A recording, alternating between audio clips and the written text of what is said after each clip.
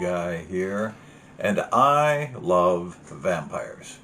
Wait, jump scare! Sorry, couldn't resist. Now, of all the supernatural creatures that you could go up against, vampires are just absolutely the most terrifying and the most challenging. Yeah, yes, werewolves are pretty bad, but they're a force of nature. And ghosts, usually they have an agenda of some kind, and if you can figure out the agenda, you're fine. But vampires, they're geniuses, they're uber predators, they are completely evil and cold and dangerous, and you just don't want to go face to face with them. The only advantage that we've got are the rules, of course. I mean, they can't be invited in, there's the garlic, the cross, that whole stuff.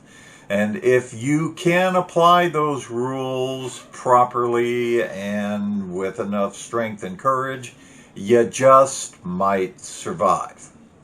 And in this novel, what we have are genteel southern ladies who meet a vampire, and, well, things go a bit awry.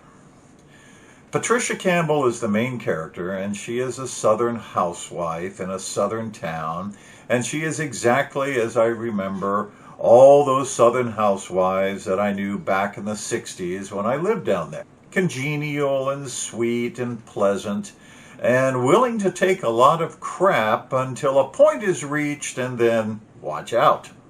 She and her friends form a book club when the book club they first belonged to imploded over the tyrannical dictates of the book club leader insisting they only read the classics. You ever been in one of those tyrannically led book clubs? Well, then you know what I mean. This second book club focuses on true crime novels, and the ladies get along well enough to keep things going despite a tendency to passive-aggressive backstabbing. But you know what happens when true crime becomes your sole focus. Everything is a mystery demanding to be solved. And Patricia's big mystery is the stranger next door named James Harris, who rescues her from a rather disgusting attack that James' insane aunt launches on Patricia. Now, here's the point where you can guess who the vampire is and why the aunt has gone insane. Patricia, though, doesn't know the title of this book, and grateful for his help, invites him inside. Big mistake. Odd things begin happening. Someone's walking around on Patricia's roof. Poor black children living on the outskirts of town begin disappearing, and Patricia's curiosity leads her right into the middle of it because Lord knows the local cops could care less. In the course of this, she walks right in on James feeding off one of his victims. Now, James is not a traditional vampire in any sense. His feeding apparatus and methods are quite bizarre. Like he's some kind of space vampire, but is still subject to some of the vampire rules like no sunlight and having to be invited in. Now, you know, this messing with tradition really annoys me because vampires are so powerful, we have to have some kind of edge, you know, like the crosses and the stakes through the heart. But how do you deal with a space vampire? Crop circles?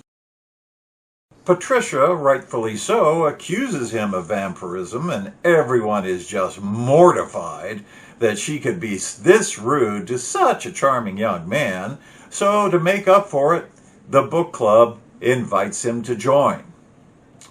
Bigger mistake. A lot of things in this book will upset you. This is not a genteel, sweet read. It's downright revolting in places. All of the husbands are Class A jagoffs who should be systematically thrown off tall buildings. The police are useless.